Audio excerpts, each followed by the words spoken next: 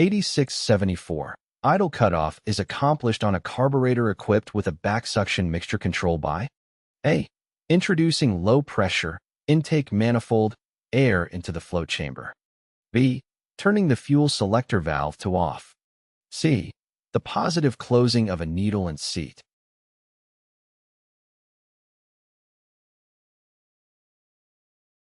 The correct answer is A. When the mixture control is placed in the idle cutoff position, it opens a passage that allows low-pressure air from the intake manifold to enter the float chamber. This disrupts the fuel flow and prevents the engine from receiving fuel, effectively shutting off the idle circuit. 8675. One purpose of an air bleed in a float-type carburetor is to A. Increase fuel flow at altitude. B. Meter air to adjust the mixture. C. Decrease fuel density and destroy surface tension.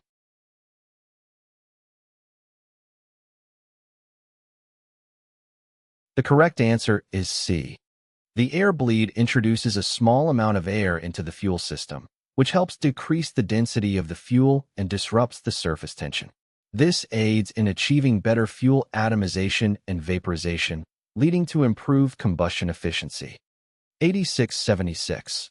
To determine the float level in a float-type carburetor, a measurement is usually made from the top of the fuel in the float chamber to the top of the float. A. Parting surface of the carburetor. B. Top of the float. C. Centerline of the main discharge nozzle.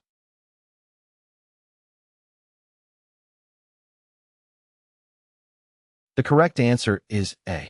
To determine the float level in a float-type carburetor, a measurement is usually made from the top of the fuel in the float chamber to the parting surface of the carburetor.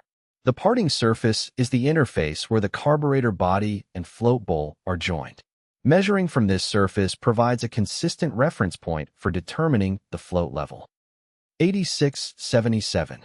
The throttle valve of float-type aircraft carburetors is located A. Ahead of the Venturi and main discharge nozzle. B. After the main discharge nozzle and ahead of the Venturi. C. Between the Venturi and the engine.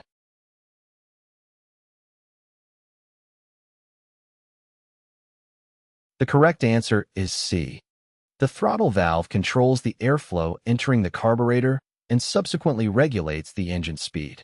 It is positioned after the Venturi and ahead of the engine intake manifold to control the amount of air entering the engine, which affects the fuel-air mixture and engine performance. 8678. Why must a float-type carburetor supply a rich mixture during idle?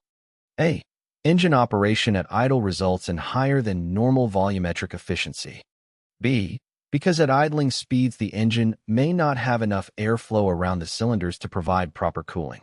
C. Because of reduced mechanical efficiency during idle.